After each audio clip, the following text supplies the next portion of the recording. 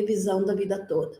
Quem é que tem direito à revisão da vida toda? Bom, primeiro nós temos que esclarecer para vocês que não é todo mundo que tem direito à revisão da vida toda, tá? Porque eu recebi muitos telefonemas de pessoas assim, tá, mas não é revisão da vida toda? E se é revisão da vida toda, eu me aposentei em 80 e eu quero fazer a revisão da minha aposentadoria. Não. Por que é chamada de revisão da vida toda? Porque a vida toda de que trata esta nomenclatura é a vida toda de contribuição e não de aposentadoria. Não é porque eu sou aposentada a vida toda, é porque a minha contribuição é a contribuição da vida toda. Por isso, se criou ficou conhecida como revisão da vida toda.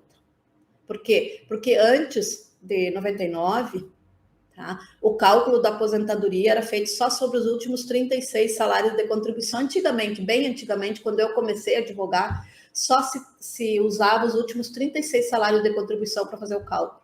Aí sabe o que acontecia, né? As pessoas passavam a vida inteira pagando sobre um salário mínimo.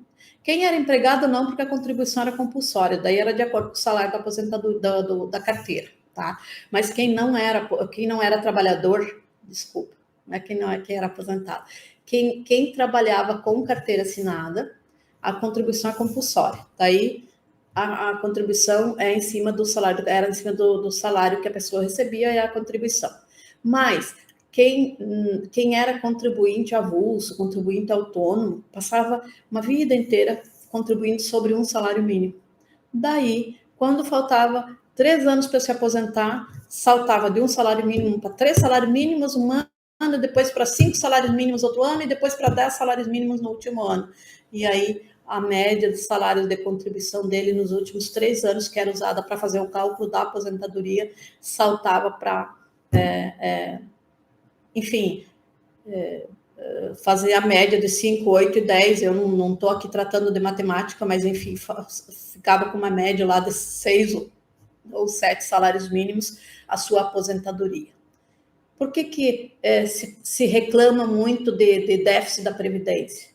Porque nesses casos, vocês imaginem, não é preciso ser matemático para entender que se uma pessoa passou a vida inteira contribuindo sobre um salário mínimo, ela pagava 20% sobre um salário mínimo.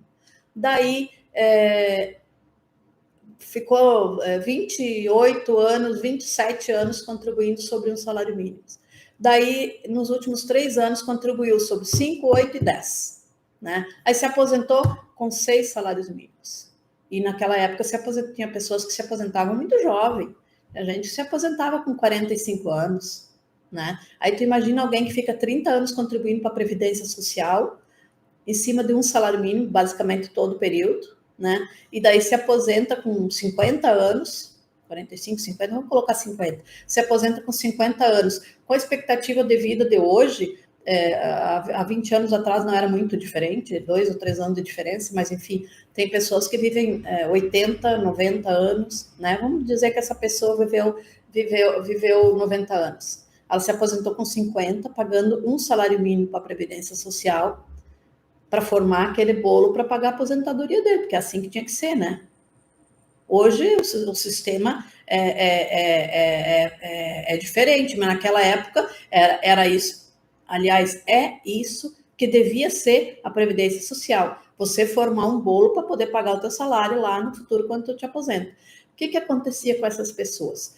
Essas pessoas ficavam 30 anos contribuindo sobre um salário mínimo, pouco mais de um no final, né? E depois fica 40 anos recebendo 5 salários mínimos. Nenhum sistema previdenciário suporta isso. Não é necessário ser nenhum matemático expert em matemática para entender que nenhum sistema previdenciário suporta isso.